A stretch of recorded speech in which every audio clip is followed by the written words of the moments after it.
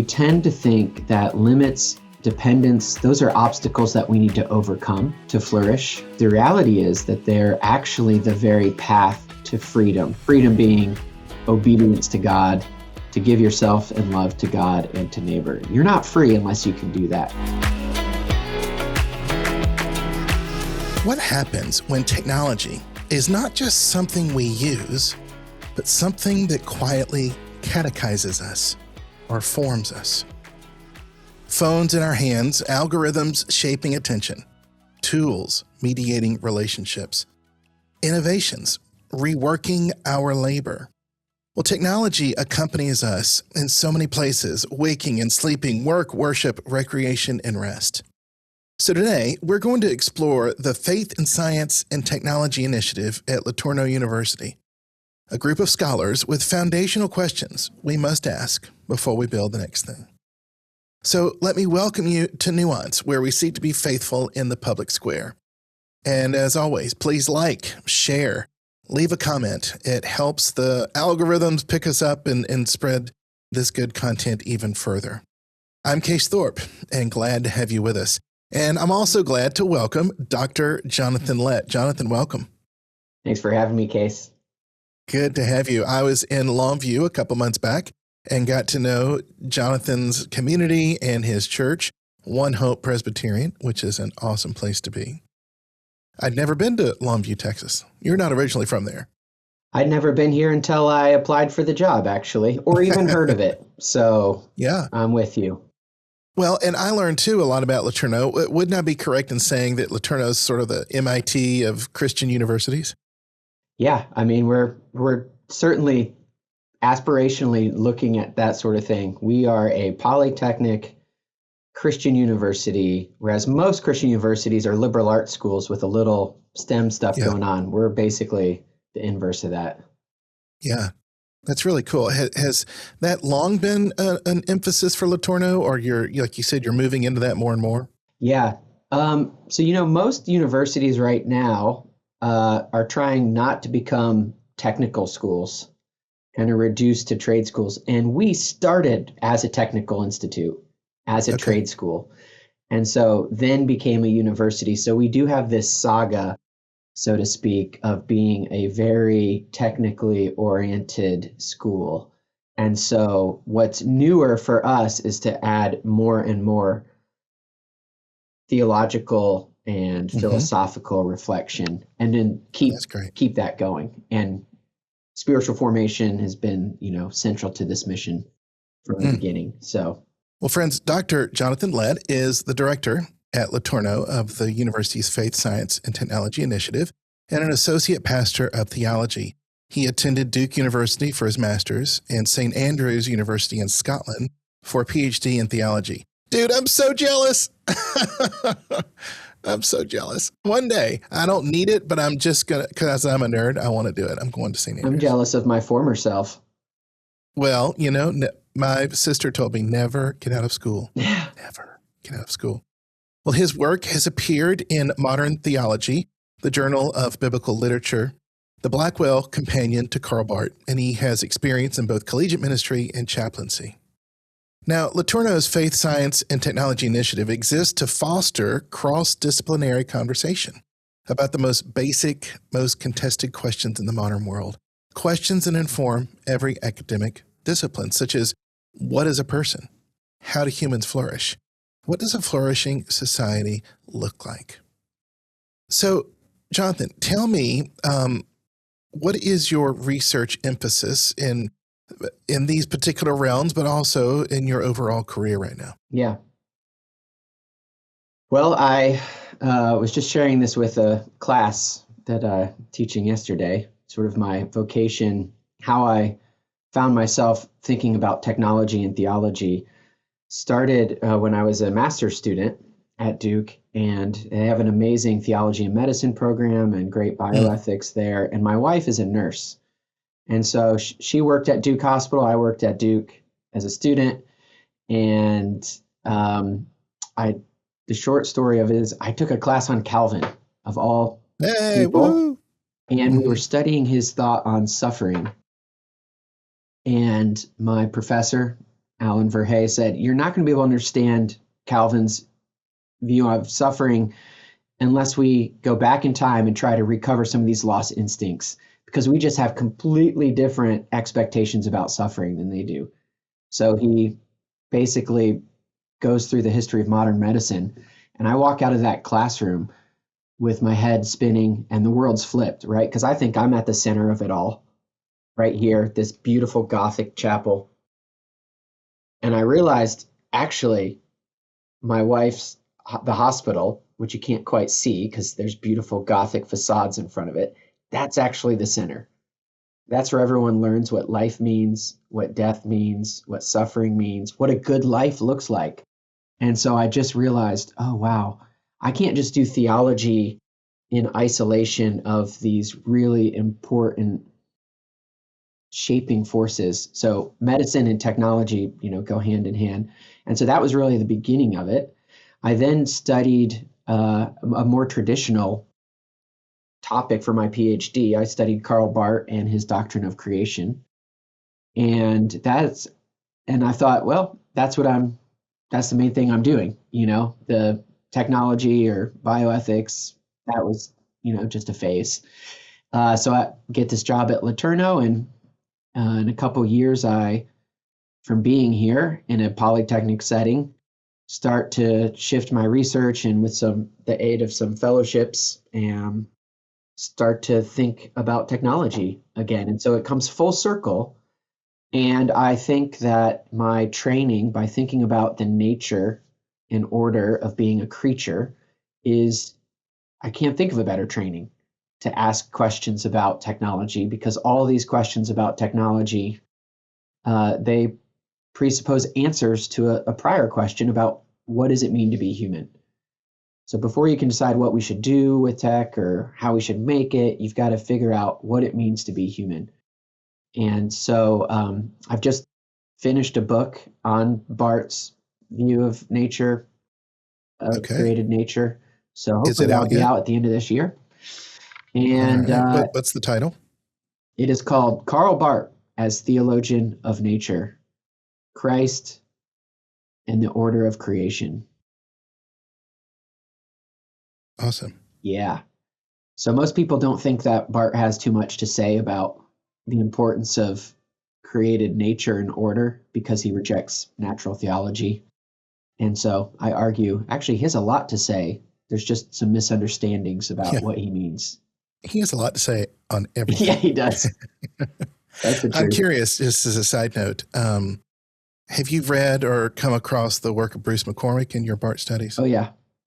So he was a great mentor of mine at Princeton Seminary. Oh, that's awesome. And he actually every year took a small group of students to do a small group Bible study with. And I got to experience that one year, and it was very formative. Wow. Yeah, I've heard amazing things about him personally. Obviously, his academic reputation is well known. Yeah, yeah. So very interesting. Then I was just going to say, and so the trajectory has been to think about really basic technology like roads and cars and medicine, of course, too. But that even helps us think about the more advanced technology that's coming down the pike. And so now I'm focusing on digital tech. Okay. And so now I'm working on a book called Discipleship in a Digital Age, which is really trying to think through, first of all, what discipleship means. I think the answer to our kind of contemporary challenges in ethics mean we need deeper theological reflection, deeper attention to traditional themes in order to answer these new questions. The resources we have in the Christian faith are just amazing. And so to kind of think, oh, this is a new thing, we sort of have to do something else is I think a lost cause. I think what we have to do is go back to the well of Christian teaching. Well, I appreciate hearing that first question that the initiative organizes itself around. What does it mean to be human? For our listeners, I mean, anthropology is the bigger word there. And what's your theological anthropology? Jonathan, I've found in a number of the very contemporary church debates that we have a very poor anthropology. Yeah. And so then when it comes to abortion or I get this as a pastor a lot, what do I do with my fertilized eggs that are frozen? In our denomination, which you and I both share, we are, maybe you are aware, having a large conversation on same-sex attraction, not homosexual activity, but where does same-sex attraction fall within those who are ordained as pastors, elders, or deacons? And over all these conversations, I just hear an absence or a lack of agreement, unbeknownst to the speakers, about a good, solid theological anthropology. Do you see that going on, and hence the reason you picked that a main question? Yeah. Actually, my original big doctoral question was going to be theological anthropology. And, when you start these things, they're so big and then they get widowed down. And so just the first part of that was creation, and that was it. And I think that sometimes some of this confusion that maybe it's a little bit surprising, is because some of us, we use the words like image of God or even the word creation, but we really don't have much beneath the surface. The content that gives that definition tends to be fairly superficial, or maybe even imported into some pre-existing ideas, like freedom. I think we just love freedom so much, and that. As Americans, you mean? Yeah, as Americans, okay. And probably Westerners, but especially Americans. And I'm in Texas, so even more here. That's right. And so then freedom just plays this outsized role, and it pulls everything else, kind of this gravitational pull out of socket, out of joint. And so some of these concepts that we use, I think, tend to be shallower or just a little bit modernized in a way that isn't helpful. Because from a theological perspective, we are not free because of the brokenness of creation, as Paul discusses the impact of sin. And so I could see what you mean. We will import our political American sense of freedom into our Christian theology and not really or see that. Yeah. One of the main ideas that I work with is with limits and dependence, because I think we have an allergy to limits, constraints, boundaries. Yeah. Certainly as a culture, and Christians, and myself included, I swim in this water too. We do struggle with the idea of limits, boundaries. And so we tend to think that limits, dependence, those are obstacles that we need to overcome to flourish. And the reality is that they're actually the very path to freedom. Freedom being obedience to God, to give yourself in love to God and to neighbor. You're not free unless you can do that. And so there's this self-giving that is at the heart of being a creature, and it's tied to our interdependence and our limits. So rather than seeing these things as problems to overcome, which is where tech comes in, technology offers us shortcuts or to bypass these limits, we actually really need to see them for what they are. They're a way that God has formed us to cling to him, to grow in relationship with him and in others. Well, the iPhone certainly has pushed so many limits of human capacity. And I have to remind myself, you can only absorb a limited amount of content. Yeah. Or be engaged in so ways. And yet that we seem to fool ourselves to think we can do more and manage more with that little tool. Yeah, that's absolutely right. I mean, that's a really great subtle example. Some of you started with abortion or with IVF or assistant reproductive technologies. Those are also questions about limits. Well, and I find myself thinking, so my wife had a stroke a few months back, and thanks be to God, she's doing very, very well. and recovered well. But it was amazing to me that they could do a thrombectomy, which is going up through the leg with a lead through her main arteries all the way to the left mid-cerebral artery, grabbing that little clot, spraying some solution so the capillaries open and pulling it all the way out. Okay, amazing. Yeah. And then I know people that die of heart attacks and certain cancers. And I fool myself to think, we can do anything in medicine. And we can't, even though there have been great innovations, and there will be more. But there are limits to this creative world. Now, your second question that the Institute seeks to answer is, how do human beings flourish? So the first, what does it mean to be a human? And now, how do human beings flourish? Talk to us about that. Yeah. Well, based on how you answered that first question is going to set you up to answer the second. So yes, I think that human beings are made in the image of God. And part of what the image means is that we're actually embodied and dependent creatures. And it is through that embodied dependence that we give ourselves to others and image who God is as the one who gives Father, Son, and Holy Spirit in love to one another, and then who gives his Son to us in Jesus Christ. That's the basis for creation. That's the basis for being human. And humans mirror that in God through their embodied dependence. We're by God's grace, we're in a sense forced to look outside of ourselves. We have to depend on the earth. We have to depend on other human beings, on animals.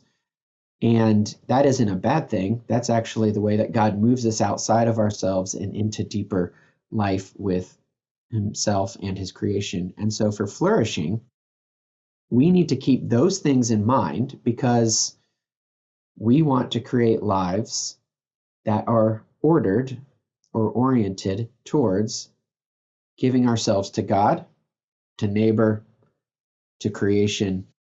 And when we do that, we flourish. We find life abundant.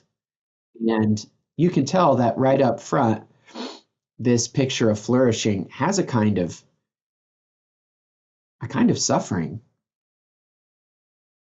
baked right into it. So rather, and that's one of the challenges of thinking about a good flourishing life. Well, how does suffering fit into that? Well, there's different kinds of suffering, and suffering, for learning to play the piano. My kids are practicing their scales. That's a different kind of suffering, or practicing dribbling in soccer or basketball, or hard work for a dissertation. Yeah, like writing a book on theology. Yeah, writing a book. All that hard work, all that giving of yourself, there's a kind of suffering there, and it makes sense. It has a purpose and a point, and it's rewarding. And so the suffering that really undoes us is the kind that appears pointless or thwarts what we think our purposes are, which would include life, living in a basic sense. And so that's what I would say. We've got to start for a picture of what flourishing looks like with those embodied limits. And you don't mean flourishing as, plenty of money in the bank and I've got my BMW and I don't have ailments and such. You don't mean that per se. No, I don't. Yeah, not material success, but more like the Lord blessing the work of our hands. And in that, I don't mean just literally, gardening or whatever we're doing with our hands, but just the tasks that we're called to, the work that we're called to in the work of parenting, of friendship, of being a neighbor, of our vocations that we find in our various jobs. All of those things are blessed when the Lord is with us and when what we're doing shares or participates in his love for the world. So good. So good. Oh, you said something that just caught my attention, but it's escaping me now. So, this is it. When you use the term embodied existence, that's a fancy term. So explain embodied existence. Sometimes we think that bodies are just sort of a coincidence about human existence rather than central to being human. And so I'm really trying to emphasize that when we think of the image of God, we shouldn't think it's this thing that you can imagine complete, separate from the body. Human beings, however you want to think about this really hard problem of the body and the soul, they're embodied souls and ensouled bodies. There's a distinction, but you can't separate these. So that the fact that we've been given a body is central to human identity, human purpose, and the way, like the very means by which we receive and share in God's love and receive and give and share in love with other human beings and in the world. So there's, I think, a lot of kind of scientific research that's been coming out about attention or focus or learning, education. And one of the interesting ideas is embodied cognition. So cognition is how we know. Okay. And some of these conversations are coming up in terms of AI. Like, can AI do what we do? Can it know itself? Yeah. Be consciousness. Yeah. And is it really intelligent even? Can it have human intuitions? Can it have the same intuitions that human beings can? And one of the main reasons, or perhaps even the primary reason, that some philosophers are arguing the answer is no, is because we're embodied.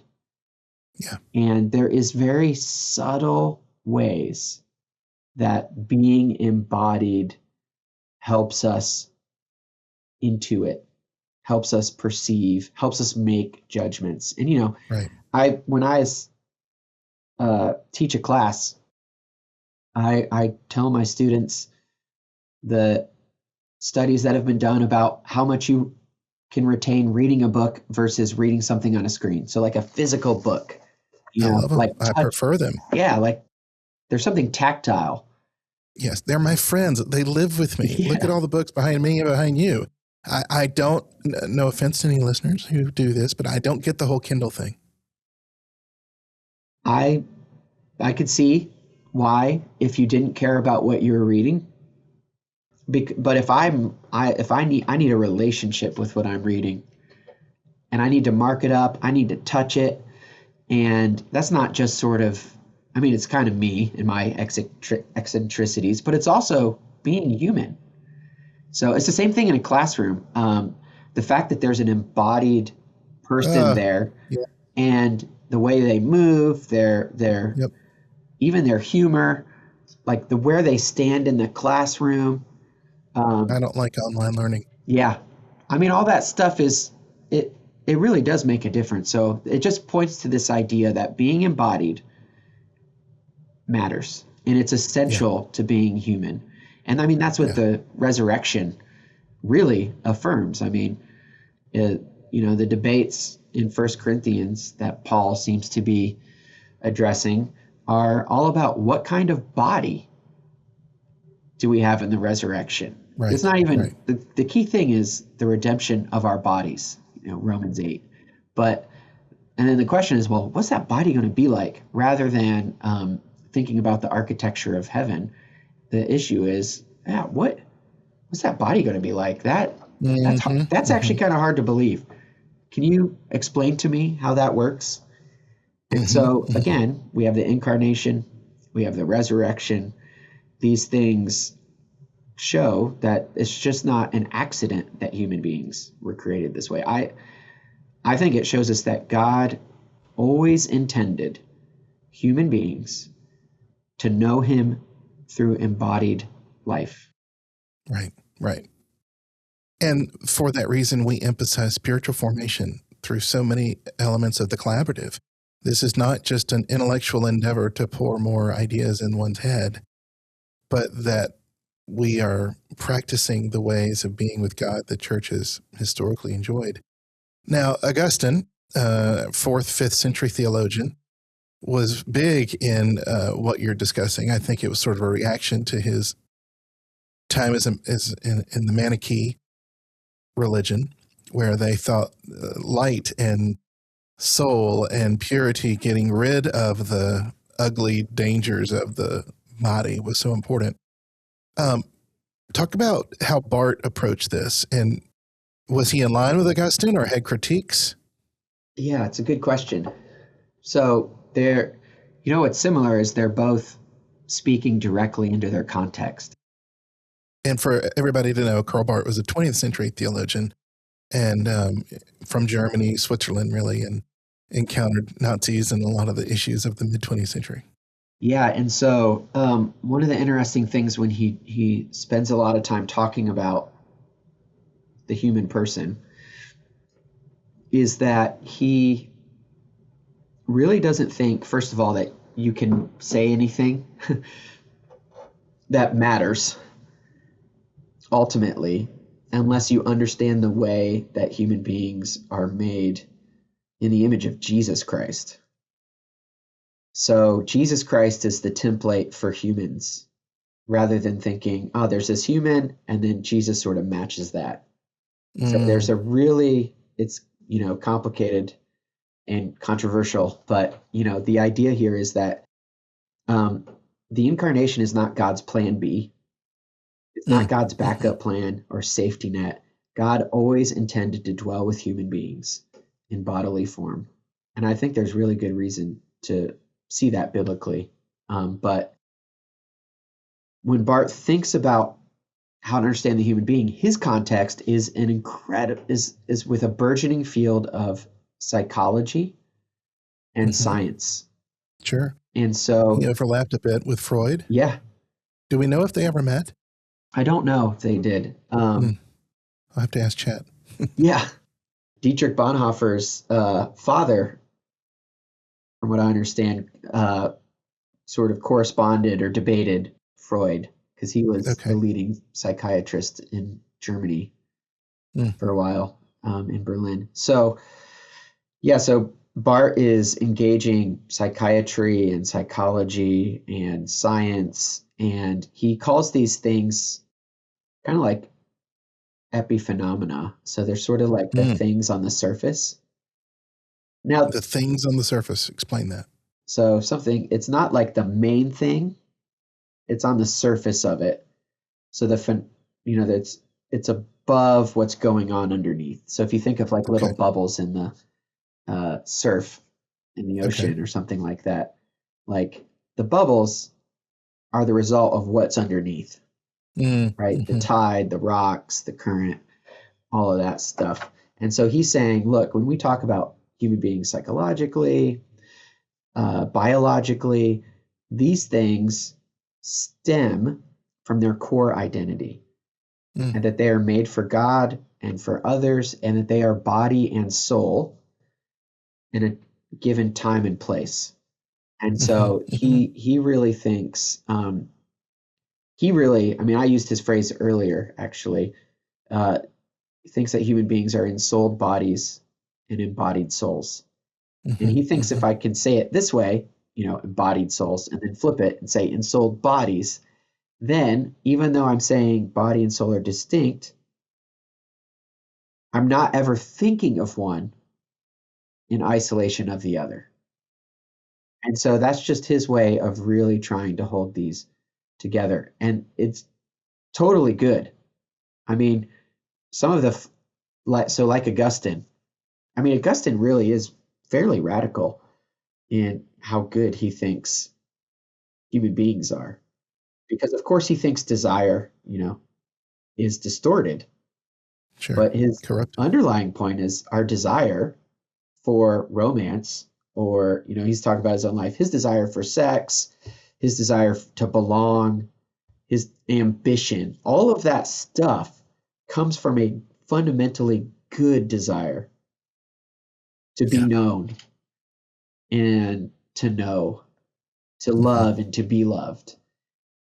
And so it's like, oh man, the problem is not desire.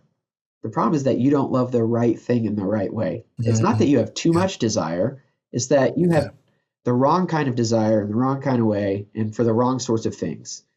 And so the Yeah. solution is not don't feel, don't desire, but rather reorder, reorient, Dear inflame the loves. desire for the things that actually satisfy.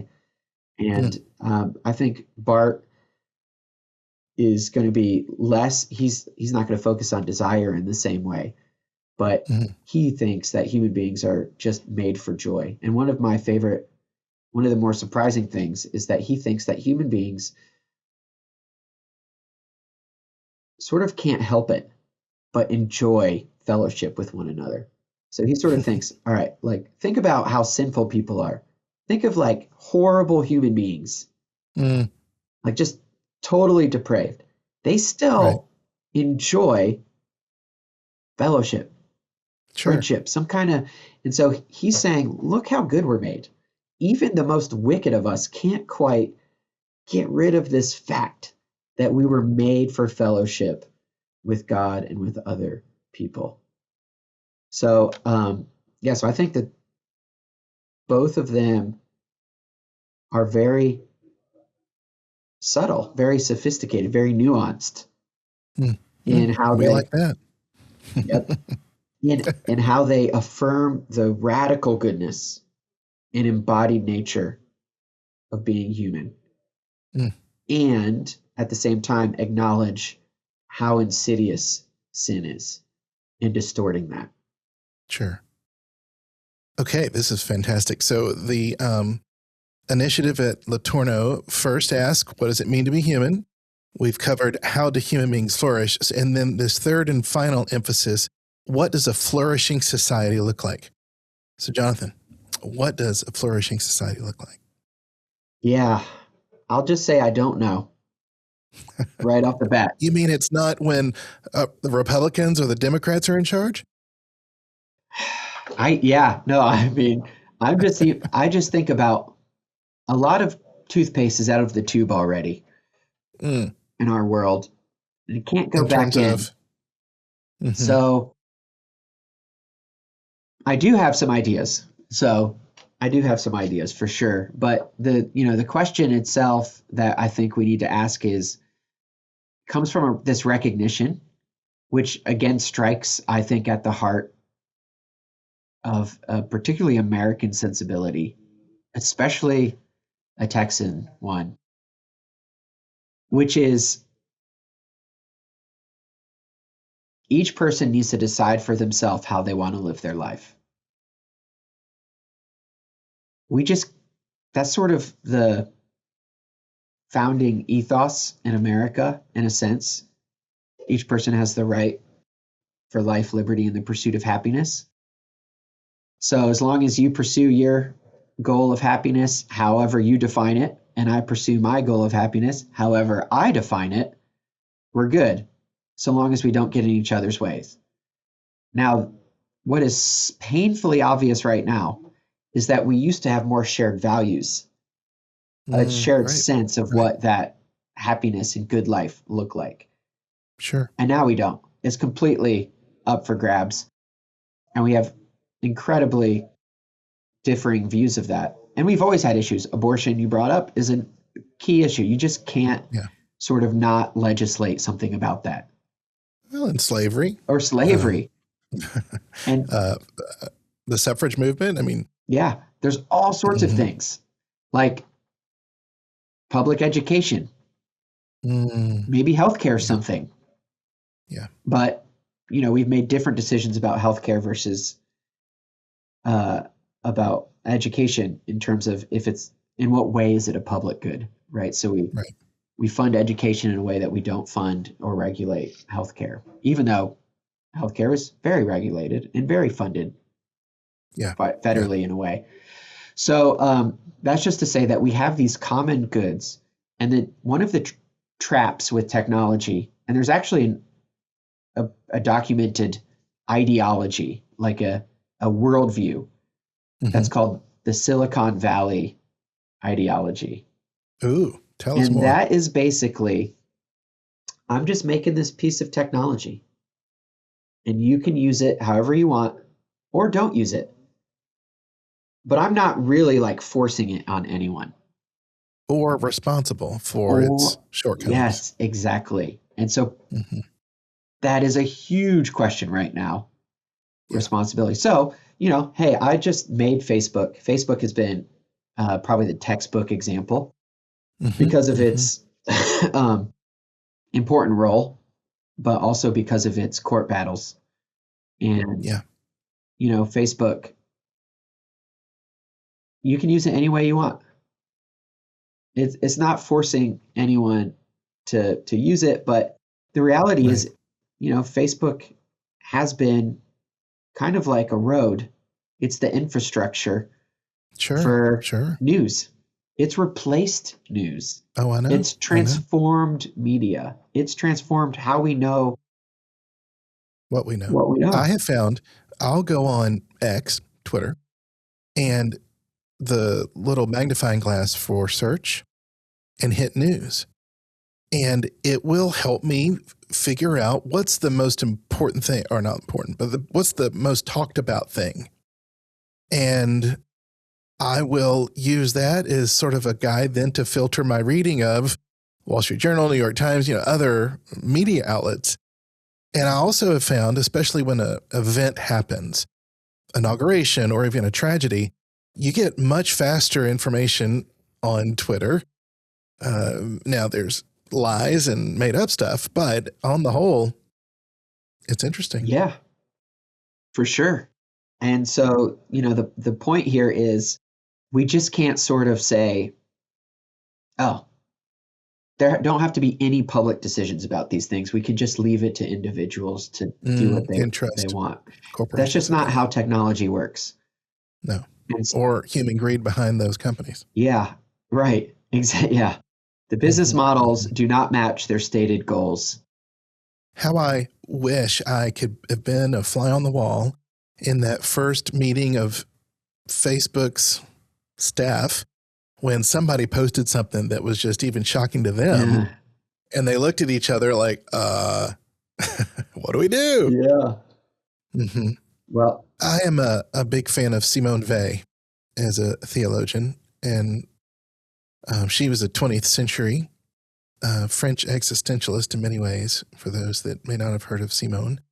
And she was in exile in England during World War II and working with the exiled French government there. And they asked her to draw up a draft constitution such that when the Nazis were kicked out, they could come in and establish government again. This was with Charles de Gaulle and his cronies. Well, she wrote, maybe you know this, a constitution not based on freedoms and liberties, but based on responsibilities. The obligations we have towards one another as humans. And of course, they laughed and it never made it very far. But I just keep that in mind as oh my goodness, that's amazing. What a different approach. And now we see some of our Silicon Valley corporations trying to catch up on as they've been called to the mat on your responsibilities. Yeah. So, I think we have to make decisions right now about, here's one that's really has gotten a lot of traction is with phones in school, screens in children. And a lot of this is from Jonathan Haidt's The Anxious Generation and his institute that he's founded. And they've just shown more than correlation, even causation about this. Well, okay, so we're embodied human beings, right? So we're also developmental. That's part of being embodied, is that we develop. And so for me to use a screen is not the same thing for my 3-year-old to use a screen.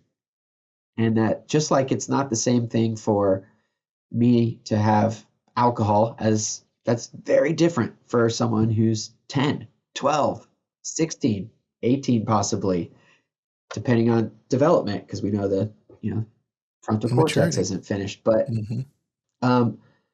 so we have to make decisions, and we are right now saying, you know what, we do not want schools to allow phones.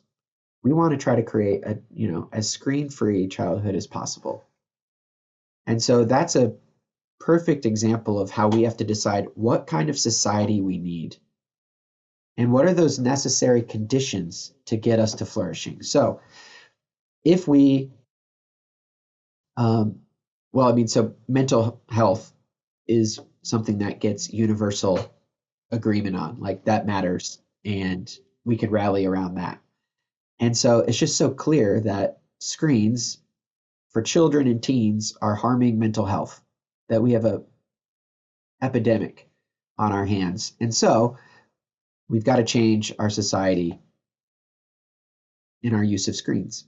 Just like we have with DDT, the chemical for killing bugs, and when we harvest crops, it had serious birth defects, major poison in our ecosystem. And so we just can't let anyone use any poison they want. We can't just let screens go unchecked. We've got to decide what kind of society we want to be. And so that's what that third question gets at. We've got to make decisions about public good, what we want to, and really what we have to preserve at this point. Yeah. Well, you're just speaking our language, because my interest in how we exercise our faith in the public square is so very important, and a question that must be asked. I would encourage everybody to go to the LeTourneau Initiative for Faith, Science, and Technology's website, because, Jonathan, y'all have got a great feature documentary on there, and you interview students. And I'll tell you, when one of the students said this, "My ministry is coding," my heart melted. Like, my ministry is coding. And I thought, what a great way to help illustrate that we're all called into ministry in different forms. It's not just me wearing a Geneva gown on Sundays. And that's a byproduct of y'all's great work. Yeah. Just to kind of make that point in a different way, I tell my students, I'm not going to be the one designing or coding. That's you. What I can do is try to give you a way to see the world that tracks with reality, and try to give you a sense of what human nature is, what it's like, what its purpose is, and how God intended it to flourish. And you have an incredible opportunity to design tech, to make applications that fit with that. It's not going to be me, it's going to be you. And so that's why I think it's so important to have a university like ours and to think about these questions. We can't just say, this is what pastors and theologians and humanities type of people do. We need theologically astute engineers. Preach. Well, this website actually came up, this podcast came about when I was so sorely disappointed with some of the reactions I saw during the pandemic. And it dawned on me, we have such a poor public theology, or at least one that's not shared. And so I thought, all right, I want to do something about that. And that's where, there's nuance to these things, and it's not so black and white as folks might think. But yet there is truth, and an objective truth that Scripture and our faith can guide us in. Jonathan, this is awesome. Thank you so much. Really appreciate this. I want to encourage folks to go learn more about the LeTourneau Faith, Science, Technology Initiative. We'll have a link in our show notes. You can go to letu.edu, or even Google LeTourneau's Faith, Science, Technology Initiative. Jonathan, is there a place to get more on your particular work? I have a Substack in the works, but it's not there yet. So honestly, the best way is to, I have a faculty webpage, and yes, you can find me that way. Good. Well, friends, next week, Jonathan's going to be with me again, and a very different topic, but one that's been very very much on the radar in this past year. We're going to focus on the 1700th anniversary of the Council of Nicaea, from which we in the church get our Nicene Creed. And so Jonathan is a smart fella, and he's going to jump from iPhones to 1,700 years of doctrine, right? Yeah, whiplash. Well, friends, thank you for inviting us into your day. If this conversation has clarified or helped your particular thinking and faith, please share it with a friend, a parent, a brother or sister who might equally benefit. You can leave a review wherever you find this. It really helps us. Go to wecolabor.com, our website, wecolabor.com. Drop us your email, and I'll send you Zeitgeist, our latest journal of articles on faith, work, and culture. Many thanks to the Stein Foundation for supporting today's episode. I'm Case Thorp, and God's blessings on you.